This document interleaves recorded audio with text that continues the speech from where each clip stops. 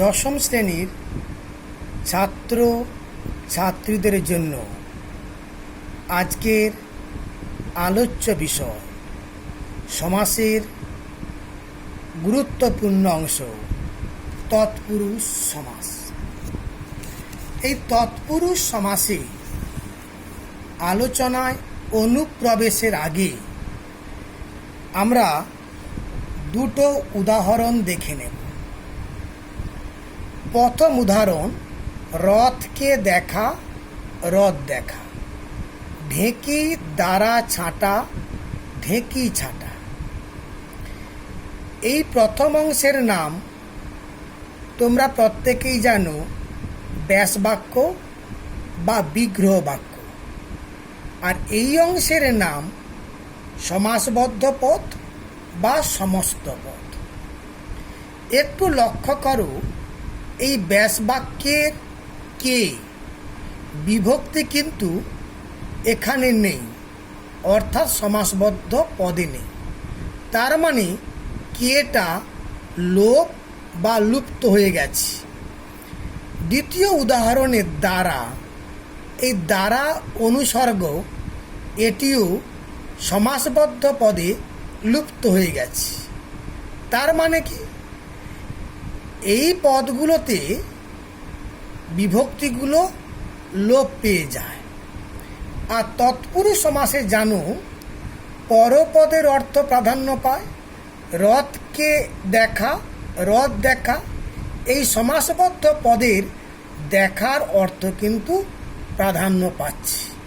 এখানে ছাঁটার অর্থ প্রাধান্য পাচ্ছে। তাহলে কাকে তৎপুরুষ সমাস বলবো? না, যে সমাসে ব্যাসবাক্যের কারকের বিভক্তি বা সম্বন্ধ বিভক্তি বা বিভক্তি স্থানীয় অনুসর্গ লোপ পায় এবং সমাসবদ্ধ পদে পরপদের অর্থ প্রাধান্য লাভ করে, সেই সমাসকে বলা হয় তৎপুরুষ সমাস। এবার চলে আসব এই তৎপুরুষ সমাসের শ্রেণী বিভাগ সম্পর্কে। কারক আলোচনা করার সময়ে দেখানো হয়েছে কোন কারকে কোন বিভক্তি ব্যবহৃত হয় বা কোন অনুসর্গ ব্যবহৃত হয়। তোমরা কারকের আলোচনাটা আর একবার মন দিয়ে দেখে নিলে তবে তোমাদের অনেক সুবিধে হয়ে যাবে। কারণ ব্যাকরণ একটির সঙ্গে আর একটি ওতপ্রোতভাবে জড়িয়ে রয়েছে। তবু বলি, এই যে তৎপুরুষ সমাসকে প্রথমত আমরা কয়েকটা ভাগে আলোচনা করছি। ওই কারক দেখে বলছি কারকে বিভক্তি, কর্ম তৎপুরুষ সমাস, করণ তৎপুরুষ সমাস, নিমিত্ত তৎপুরুষ সমাস, অপাদান তৎপুরুষ সমাস, অধিকরণ তৎপুরুষ সমাস, সম্বন্ধ তৎপুরুষ সমাস। কারকে ছিল কারক, এখানে বলছি কারক বাদ দিয়ে তৎপুরুষ সমাস। কর্মকারকে কে বিভক্তি, করণ কারকে দ্বারা বা দিয়া বিভক্তি, নিমিত্ত কারকে নিমিত্ত, জন্য, উদ্দেশ্য, অনুসর্গ, অপাদান কারকে হইতে, থেকে, চেয়ে, এই অনুসর্গ, অধিকরণ কারকে এ বা অন্তস্থ, এটাই হচ্ছে বিভক্তি। সম্বন্ধ পদে র বা এর বিভক্তি। এই বিভক্তিগুলো লোপ পেলে তখন সেটা হয়ে যাবে সেই কারক। অর্থাৎ যদি কর্মকারক কাকে বলে এর সংজ্ঞা বলতে হয়, কি করে বলবে? আগে সংজ্ঞাটা খেয়াল করো। এখানে কি জুড়ে দেবে? যে তৎপুরুষ সমাসে কর্মকারকের বিভক্তি লোপ পায় এবং সম্বন্ধ পদের পরপদের অর্থ প্রাধান্য পায়, তাকে বলে কর্ম তৎপুরুষ সমাস। অর্থাৎ যে তৎপুরুষ সমাসের সংজ্ঞা চাইবে সেই তৎপুরুষের বিভক্তিকে লোপ করাবে, আর বাকি অংশগুলোকে উল্লেখ করবে না, আর তাকে বলবে সেই তৎপুরুষ সমাস। আর একটা উদাহরণ দেই, করণ তৎপুরুষ সমাস। বলবে যে তৎপুরুষ সমাসে করণ কারকের বিভক্তি বা এখানে অনুসর্গ লোপ পায় এবং সমাসবদ্ধ পদে পরপদের অর্থ প্রাধান্য পায়, তাকে বলা হয় করণ তৎপুরুষ সমাস। আগের উদাহরণ দেখেছো এই বিভক্তিগুলো লোপ পাচ্ছে, তাহলে যে বিভক্তি লোপ পাবে সেই তৎপুরুষ সমাস হবে। এখানে দেখো কে বিভক্তি লোপ পেয়েছে, কে দেখো কর্ম তৎপুরুষে রয়েছে, অতএব এটা হবে কর্ম তৎপুরুষ সমাস। আমরা কয়েকটা উদাহরণ নিয়ে নিচ্ছি, অতি সহজে কোন তৎপুরুষ সমাসের উদাহরণ তোমরা খুঁজে পাবে। দেখো, লোককে দেখানো, লোক দেখানো, এখানে কে এই বিভক্তি লোপ পেয়েছে। দেখো কে রয়েছে কর্ম তৎপুরুষ সমাসে, অতএব এটা হবে কর্ম তৎপুরুষ সমাস। যন্ত্র দ্বারা চালিত, যন্ত্র চালিত, দ্বারা অনুসর্গ দেখো কোথায় রয়েছে, করণ কারকে, এটি হবে করণ তৎপুরুষ সমাসে, এটা হবে করণ তৎপুরুষ সমাস। শয়নের নিমিত্ত কক্ষ, শয়ন কক্ষ, নিমিত্ত দেখো রয়েছে নিমিত্ত তৎপুরুষ সমাসে, অতএব এটা হবে নিমিত্ত তৎপুরুষ সমাস। একই রকম বন্ধন থেকে মুক্তি, বন্ধন মুক্তি থেকে রয়েছে অপাদান তৎপুরুষ সমাসের ক্ষেত্রে, এটা হবে অপাদান তৎপুরুষ সমাস। গাছে পাকা, এ দেখো এ রয়েছে অধিকরণ কারকের, অধিকরণ কারক বিভক্তি, এটা হবে অধিকরণ তৎপুরুষ সমাস। গোলায় ভরা, 29 দেখো রয়েছে অধিকরণ কারকে বিভক্তি, অতএব এটা হচ্ছে অধিকরণ তৎপুরুষ সমাসের উদাহরণ। এই প্রসঙ্গে কতকগুলো কথা তোমাদের মনে রাখতে হবে, না হলে এই তৎপুরুষ সমাস নির্ণয় করা খুবই কঠিন হয়ে যাবে। আমি এখন সেগুলো আলোচনা করছি। কর্ম তৎপুরুষ সমাসটা বোঝায় আশ্রিত, প্রাপ্ত, আপন্ন, আগত প্রভৃতি অর্থে। ব্যাপারটা বুঝে নাও। আমি উদাহরণ দিচ্ছি, লিখেছি গঙ্গাকে প্রাপ্ত, গঙ্গা প্রাপ্ত। দেখো প্রাপ্ত শব্দটা শেষে রয়েছে, এখানে শেষে রয়েছে, এখানে উল্লেখ রয়েছে, অতএব এটা হচ্ছে কর্ম তৎপুরুষ সমাস। একই রকম চরণকে আশ্রিত, চরণাশ্রিত, আশ্রিত দেখো এই আশ্রিত রয়েছে, এখানেও পাচ্ছি, এখানেও পাচ্ছি, অতএব এটা হচ্ছে কর্ম তৎপুরুষ সমাস। সঙ্গে এই কে বিভক্তিও লোপ পাচ্ছে। একই রকম উদাহরণ প্রাপ্ত দেখো, সাহায্যকে প্রাপ্ত, সাহায্য প্রাপ্ত, মানে প্রাপ্ত এই পদটা উল্লেখ রয়েছে, অতএব এটা হচ্ছে কর্ম তৎপুরুষ সমাস। উদাহরণগুলো দেখে নাও। বিপদকে আপন্ন, বিপদাপন্ন, আসলে বিপদ যুক্ত আপন্ন, একে সন্ধি করলে পাবো আমরা বিপদ যুক্ত আপন্ন। আপন্ন থাকলেই তা হয় কর্ম তৎপুরুষ সমাস। শরণাগত, শরণকে আগত, শরণকে অতীত, শরণাতীত, তাহলে অতীত, আগত, আপন্ন, আশ্রিত, প্রাপ্ত, এই যদি অর্থগুলো তোমরা পাও তাকে বলবে কর্ম তৎপুরুষ সমাস। একই রকমভাবে দেখো হীন, যুক্ত, শূন্য, উন্নীত, বিশিষ্ট, এমন যদি অর্থগুলো খুঁজে পাও সেগুলো কিন্তু হবে করণ তৎপুরুষ সমাস। আর করণ তৎপুরুষ সমাসের অনুসর্গ কি? দ্বারা বা দিয়ে। শ্রীহীন, শ্রী দ্বারাহীন, শ্রীযুক্ত, শ্রী দ্বারা যুক্ত, বুদ্ধিহীন, বুদ্ধি দ্বারাহীন, তৃণশূন্য, তৃণ দ্বারা শূন্য, চিন্তান্বিত, চিন্তা দ্বারা অন্বিত, একে সন্ধি করলে পেয়ে যাবে চিন্তা যুক্ত অন্বিত, জ্ঞান দ্বারা বিশিষ্ট, জ্ঞানা বিশিষ্ট। অর্থাৎ যেখানে দেখবে হীন, যুক্ত, শূন্য, অন্বিত, বিশিষ্ট এই ভাব প্রকাশিত হচ্ছে, ওটাকে তোমরা করবে করণ তৎপুরুষ সমাস। একই রকম ভাবে দেখো মুক্ত, চ্যুত, ভয়, পালানো, ফেরত, এইরকম অর্থ যদি প্রকাশ পায় সেটা কিন্তু হবে অপাদান তৎপুরুষ সমাস।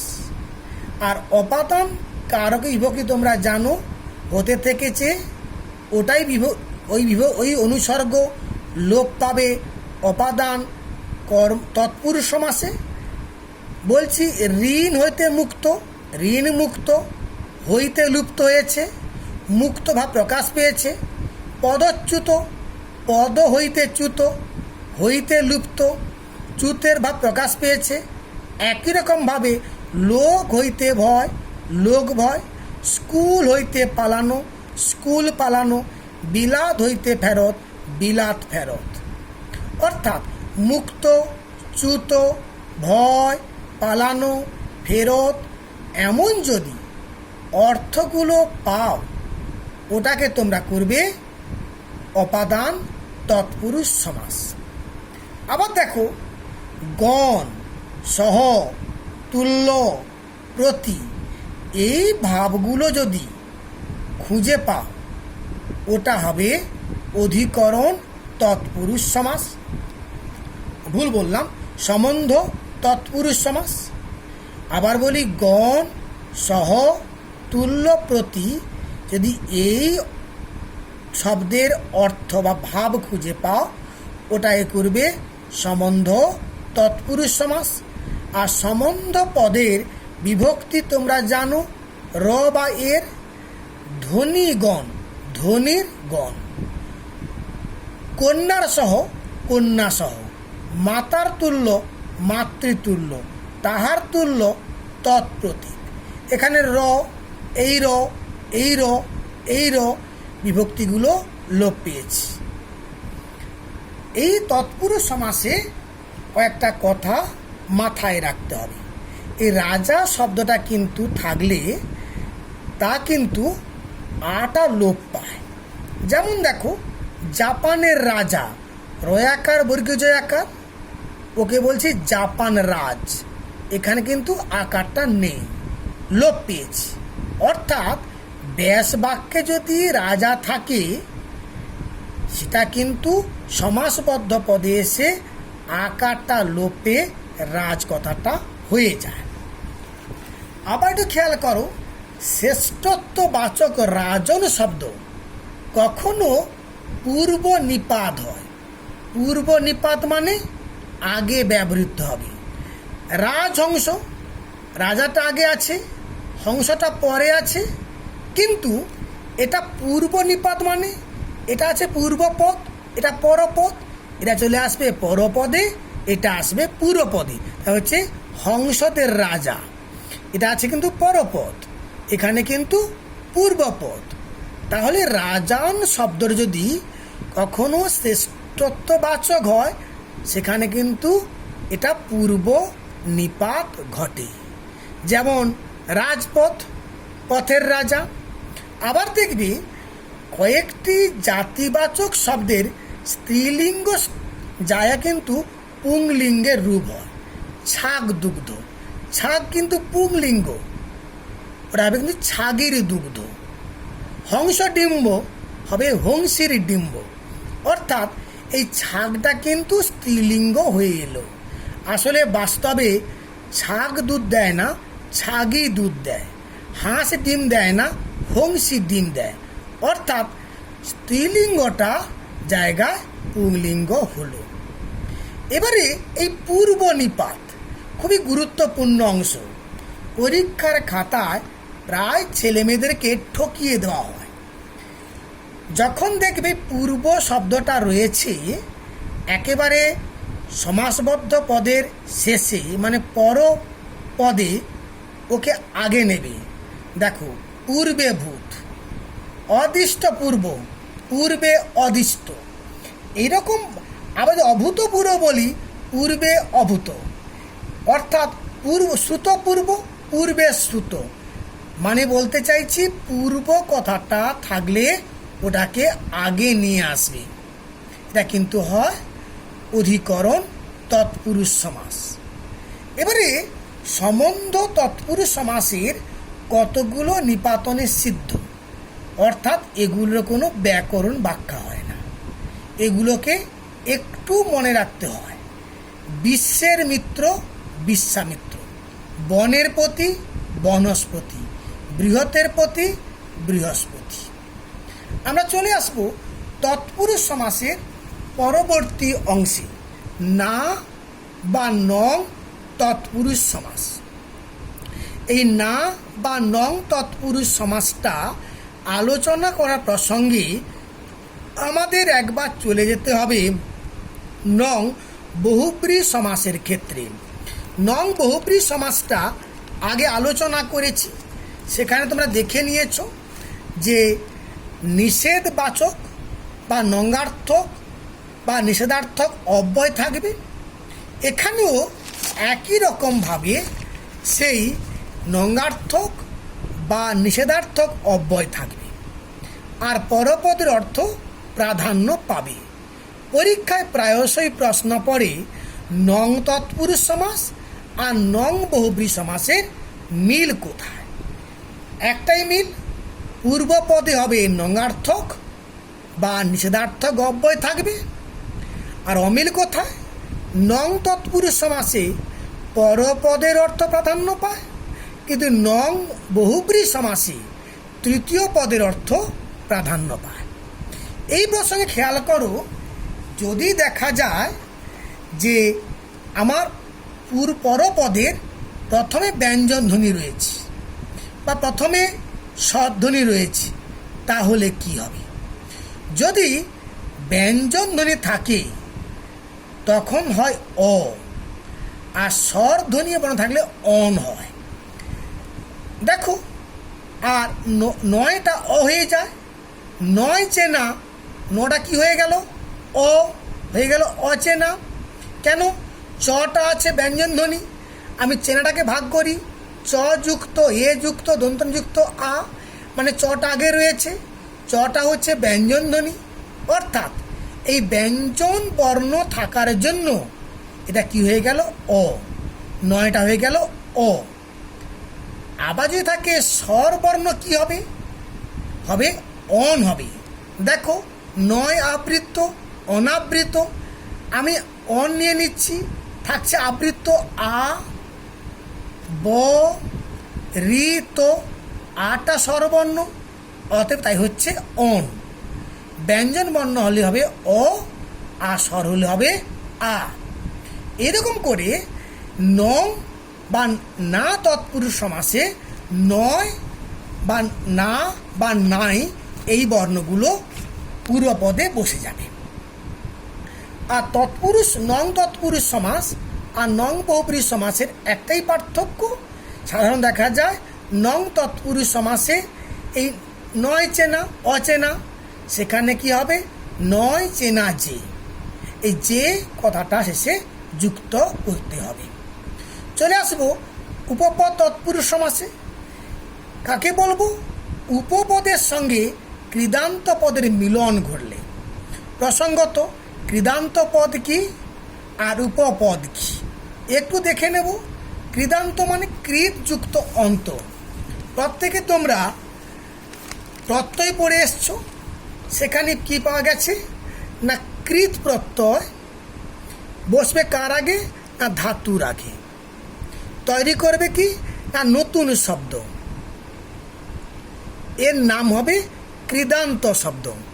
কেন না কৃত এই প্রত্যয়টা অন্ত বা শেষে আছে বলে একে বলা হয় কৃদান্ত শব্দ।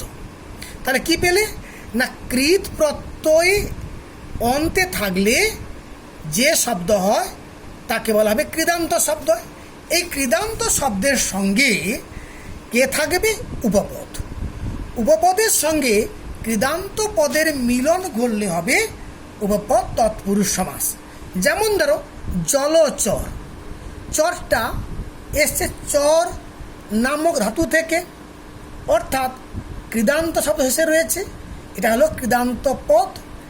আর কি রয়েছে? জল, জলকে বলবো আমরা উপপদ।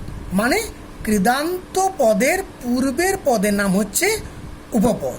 তাহলে উপপদ আর কৃদান্ত পদের এখানে মিলন ঘটল, অতএব এর নাম হবে উপপদ তৎপুরুষ সমাস।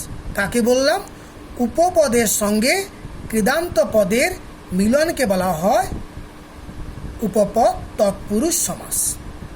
যে তৎপুরুষ সমাসে উপপদের সঙ্গে কৃদান্ত পদের মিলন ঘটবে তাকে বলা হবে উপপদ তৎপুরুষ সমাস। ইন্দ্রজিৎ, ইন্দ্রকে জয় করেন যিনি। এরকম একাধিক উদাহরণ রয়েছে। চলে আসছে আমরা পরবর্তী আলোচনা। একে আমরা বলবো ব্যাপ্তি তৎপুরুষ সমাস। ব্যাপ্তি মানে কাল বা বিস্তার বা সময়। আসলে ব্যাপ্তি তৎপুরুষ সমাসকে মূলত কর্ম তৎপুরুষ সমাসের ভাগ ধরা হতো।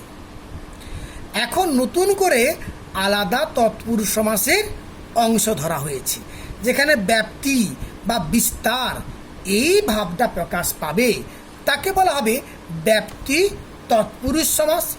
যেমন পদ থেকে মস্তক পর্যন্ত আপাদ মস্তক, আদি থেকে অন্ত পর্যন্ত আদ্যান্ত। এই যে বিস্তার বা ব্যাপ্তি থাকছে তাকে বলছি আমরা ব্যাপ্তি তৎপুরুষ সমাস। এটাকে আরও একাধিক উদাহরণ তোমরা বইতে পেয়ে যাবে, একবার বইটাকে ভালো করে দেখে নেবে। বেশিরভাগ ক্ষেত্রে এই ব্যাপ্তি বলতে কিন্তু কালবাচক বোঝায়। যেমন আমরা বলতে পারি চিরকাল ব্যাপিয়া সুখী, চিরসুখী, এরকম অর্থ আমরা পেয়ে যাব। চলে আসছে আমরা এর সঙ্গে আলোচনা করব ক্রিয়া বিশেষণ তৎপুরুষ সমাস। এটাও এই কর্ম তৎপুরুষ সমাসের একটা অংশ। কি থাকবে? এর পূর্বপদে থাকবে ক্রিয়া বিশেষণ আর পরপদ হবে কৃদান্ত পদ। একটু খেয়াল করে দেখো, উপপদ তৎপুরুষ সমাসেও আমরা একই কথা বলেছিলাম। পরপদ ছিল কৃদান্ত, পূর্বপদ কিন্তু ছিল উপপদ। আর এখানে কি বলছি? ক্রিয়া বিশেষণের পূর্বপদ হবে ক্রিয়া বিশেষণ আর পরপদ কৃদান্ত পদ। পরীক্ষায় প্রশ্ন আসতে পারে উপপদ তৎপুরুষ সমাস আর ক্রিয়া বিশেষণ তৎপুরুষ সমাসের পার্থক্য কোথায়? না ক্রিয়া বিশেষণ তৎপুরুষ সমাসের পূর্বপদ হবে ক্রিয়া বিশেষণ আর উপপদ তৎপুরুষ সমাসের পূর্বপদ হবে উপপদ। মিলটা কোথায়? না উভয়ের পরপদ হবে কৃদান্ত পদ। এখানে কি হবে? না ব্যাস বাক্যে ভাবে রূপে যথা তথা শব্দের ব্যবহার থাকবে। সেখানে কি পেয়েছিলাম? অন্তিমে যে পেয়েছিলাম। যেমন দেখো জলে চরে যে, এখানে কি পাবো আমরা? না ভাবে রূপে যথা তথা এই শব্দের ব্যবহার হবে। ঘন সন্নিবিষ্ট, ঘনভাবে সন্নিবিষ্ট। দৃঢ় সংকল্প, দৃঢ় রূপে সংবদ্ধ। দ্রুতগামী, অবশ্য যথা তথা গামী। অবশ্য দ্রুত, ভুল আছে, দ্রুত যথা তথা গামী হবে দ্রুতগামী। অবশ্য কর্তব্যে, অবশ্য যথা কর্তব্য তথা। তাহলে কি পাবে? ভাবে পাবে, রূপে পাবে, যথা তথা পাবে। ব্যাস বাক্যে পেলে করবে ক্রিয়া বিশেষণ তৎপুরুষ সমাস। একটু বলে নিই, এই তৎপুরুষ সমাসগুলো কিন্তু বারবার অভ্যাস না করলে সহজে মনে থাকে না। আমরা সমাস আলোচনা করার একেবারে অন্তিম পর্যায়ে পৌঁছে গেছি। এখানে চলে আসব উপসর্গ তৎপুরুষ সমাস। একই নিয়ম, এর পূর্বপদ উপসর্গ আর পরপদ হবে বিশেষ্য বা বিশেষণ। কি বলবো? যে তৎপুরুষ সমাসের পূর্বপদ হবে উপসর্গ আর পরপদ হবে বিশেষ্য বা বিশেষণ পদ, তাকে বলা হবে উপসর্গ তৎপুরুষ সমাস। এই সমাসটা অব্যয়ীভাব সমাসের মতো প্রায় একরকম, সামান্য একটু পার্থক্য আছে। যখন আমরা অব্যয়ীভাব সমাসটা আলোচনা করব তখন এই পার্থক্য নিয়ে আলোচনা করব। বিমাতা, দেখো বি এটা হচ্ছে উপসর্গ, ফি বছর ফি হচ্ছে উপসর্গ, এটা হচ্ছে পূর্বপদ, এখানে দেখো পূর্বপদ রয়েছে, আর মাতা পরপদ, বিশেষ্য পদ। বি মাতা, বি মানে বিরুদ্ধ, মাতা, ফি মানে প্রতি, বছর ফি বছর। আপাতত তৎপুরুষ সমাসের আলোচনা এখানেই শেষ করলাম। তোমরা তৎপুরুষ সমাসটাকে তোমাদের পাঠ্য ব্যাকরণ থেকে বারবার অভ্যাস করবে।